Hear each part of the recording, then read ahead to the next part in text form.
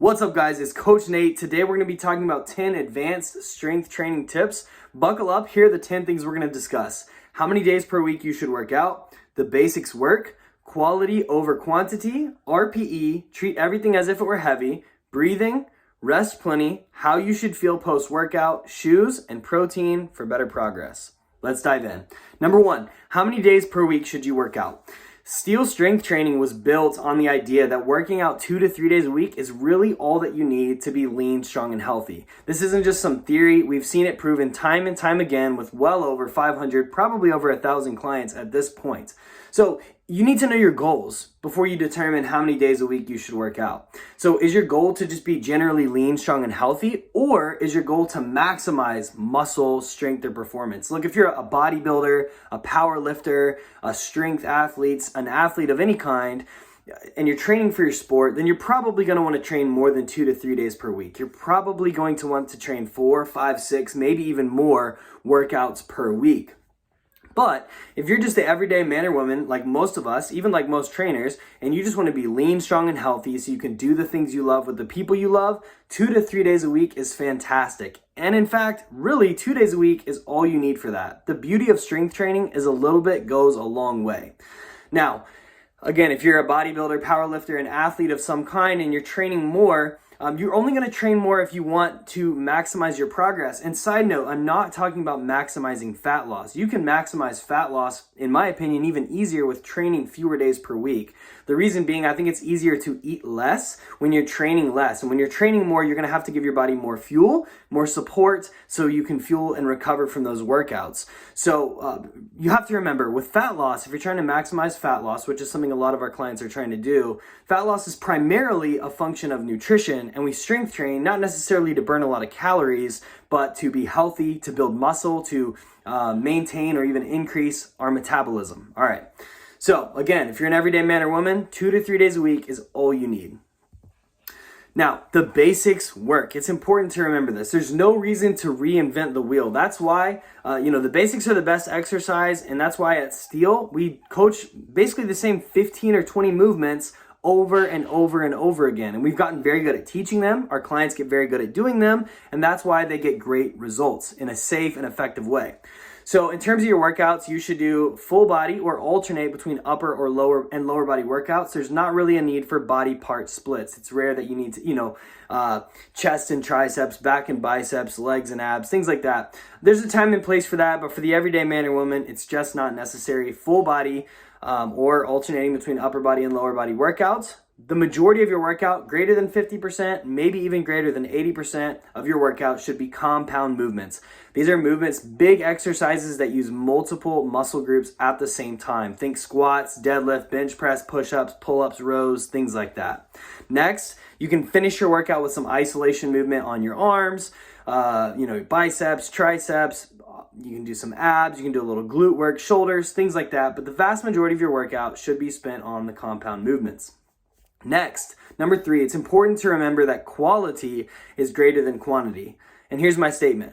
A few very high quality sets are much better than lots and lots of low quality sets. Focus on the stimulus, not fatigue. The goal is not to just be exhausted. The goal is to create the stimulus that you want. You want high quality sets. And we'll talk about how you know what a high quality set is and I believe our next point. But I'll give you an example with a soup can. You can have a pro NFL player who's in great shape lift a soup can 1,000,000 times and they're going to be very tired, but they're not going to get results from that. It's not going to make them any better or stronger faster at football. And so it's important to remember that quality is way more important than quantity. Only work on increasing quantity, the number of sets you're doing, once the quality is in place. And never let quality slip in the name of doing more sets. Okay, that's why most of our workouts at Steel would be considered low to moderate volume. And that's all relative, but we found for the everyday man or woman, low to moderate volume workouts done with high quality sets and effort is the best way to change your body health and lifestyle. Next, we're going to talk about RPE. This is how you know if your sets are good, if their quality is there. And of course, quality also looks like using good form, but then effort, okay? So RPE means rate of perceived exertion. That's what it stands for, but essentially what it is, it's a scale of how many reps do you have left in the tank, or how many reps could you have done if you had to do more reps, how many more could your body have done before it just gave out, okay? So it's a scale of 0 to 10. We primarily use the numbers like 5 to 6 up to 10. So an RPE 10 means it's a max effort. You could have done 0 more reps. If you tried, you would fail. You would miss the rep. RPE 9 means you have 1 rep left in the tank. RPE 8 means you have 2. RPE 7, 3, and so on and so forth, okay? Most of your sets should be an RPE of 7 to 8. And we include this in our program. We tell you what the RPE needs to be for each set. There's value to going to lower RPEs than 7 to 8, and there's value in doing higher RPEs than 7 to 8. But on average, for the most part, you should be leaving 2 to 3 reps in the tank with each set, which would put you at an RPE 7 or 8. And RPE is what I'm watching for when I'm training a client, and it's also what I'm asking clients about.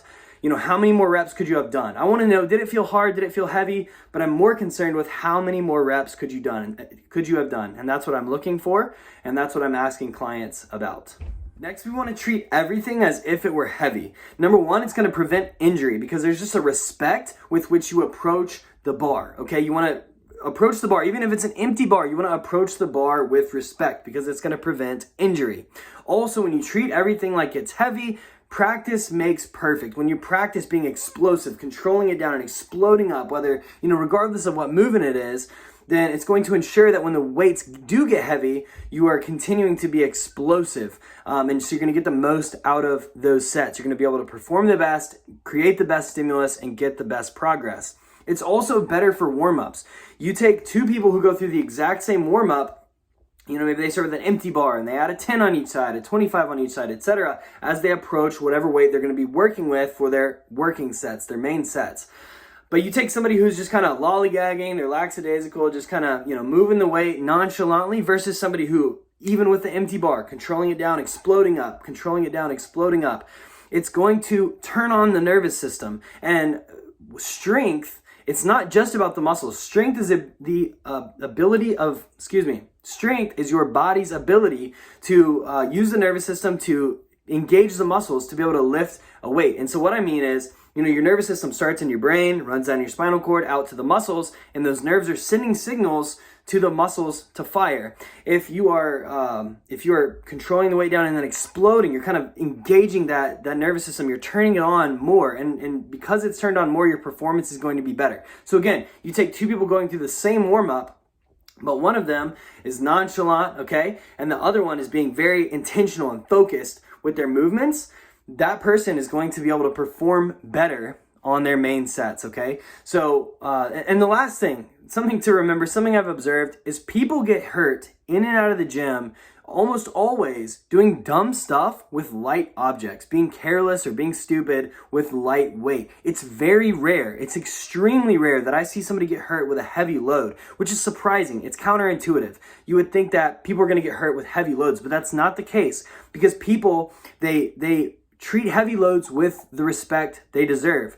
But it's also important, I'm telling you right now, you need to treat every weight, every set as if it were heavy. Even if it's an empty bar and you're used to lifting 300-400 pounds, treat the empty bar with respect. This is going to prevent injury. It's going to, help you ingrain that movement better because practice makes perfect, or perfect practice makes perfect. It's better for the nervous system. So you're going to get, the nervous system is going to be more turned on. You're going to have better performance and you're going to prevent injury. I'll say it twice because it's so important.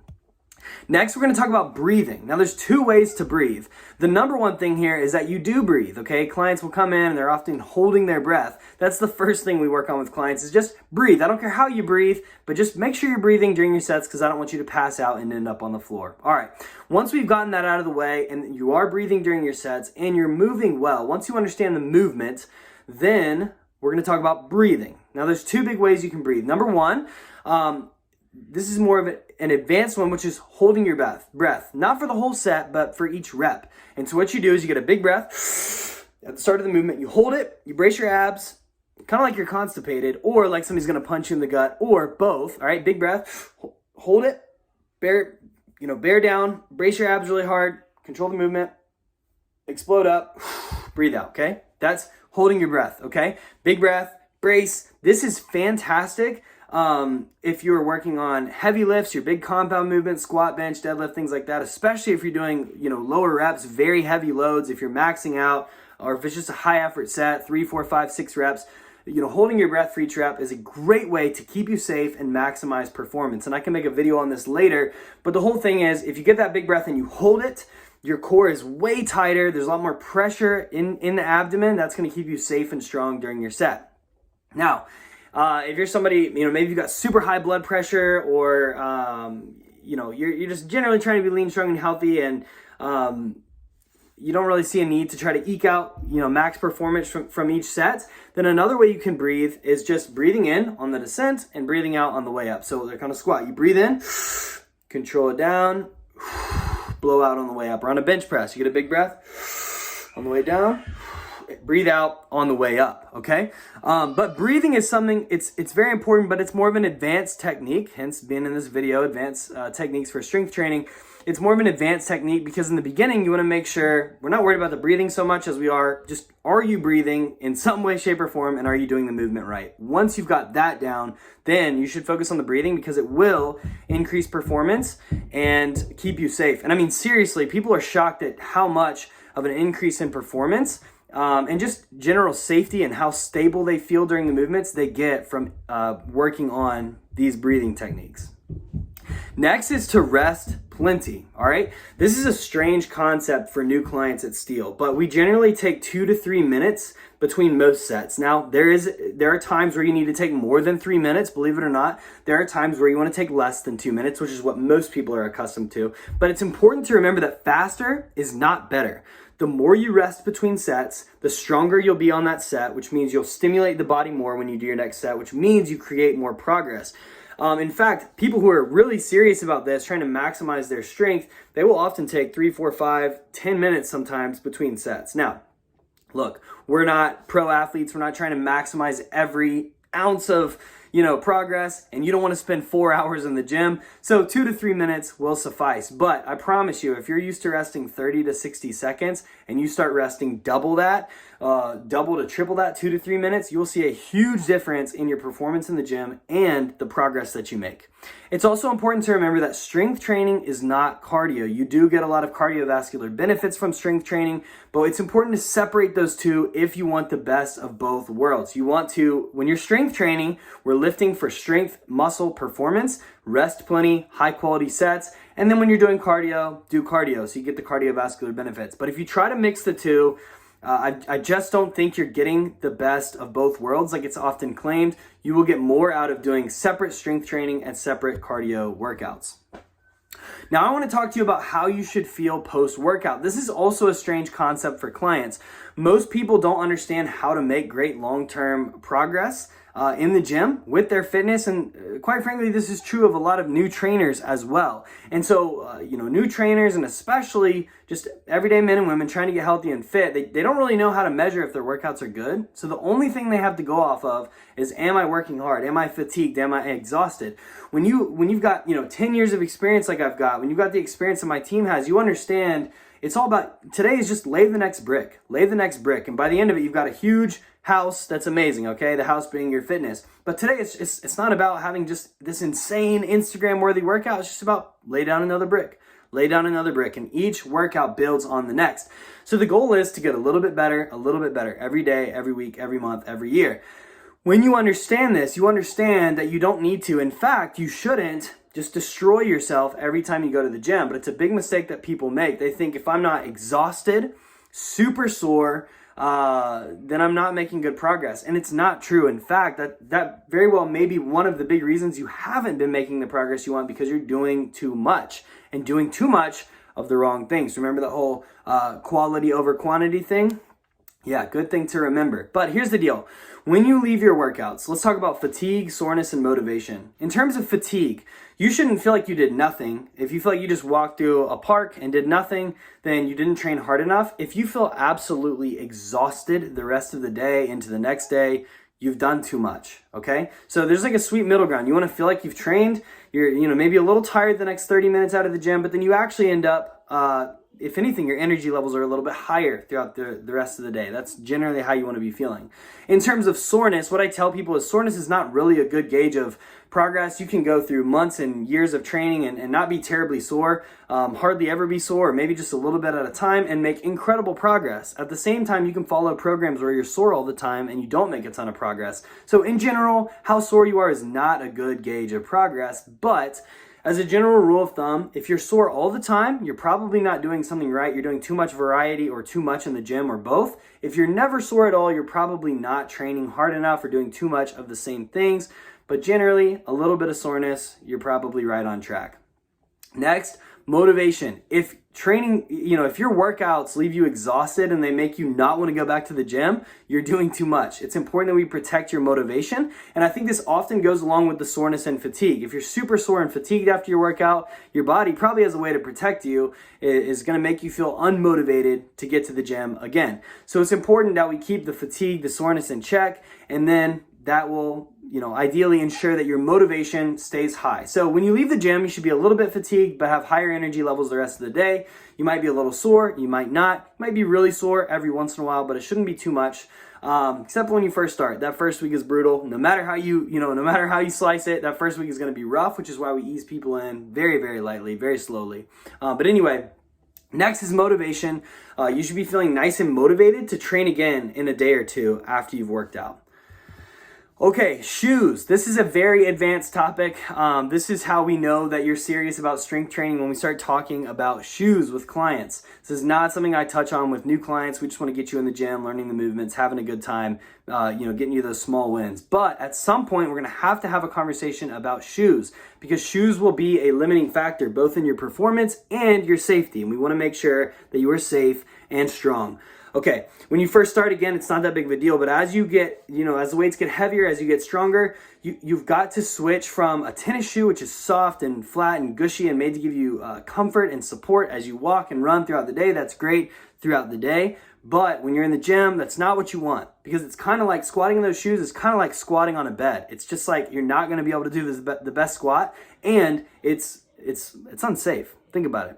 That's why we don't have people squat on beds. Okay, so you've got to get you want something with a solid bottom. And so you could go barefoot, but typically we recommend Converse, like a flat shoe like Converse or Vans with actually very little support, just nice and flat at the bottom, no major support, right? Just flat shoe, or an Olympic lifting shoe, which has a little bit of an elevated heel. Olympic lifting shoes are fantastic, especially if you've got some mobility limitations on the squat. Maybe you can't get down as low as you would like.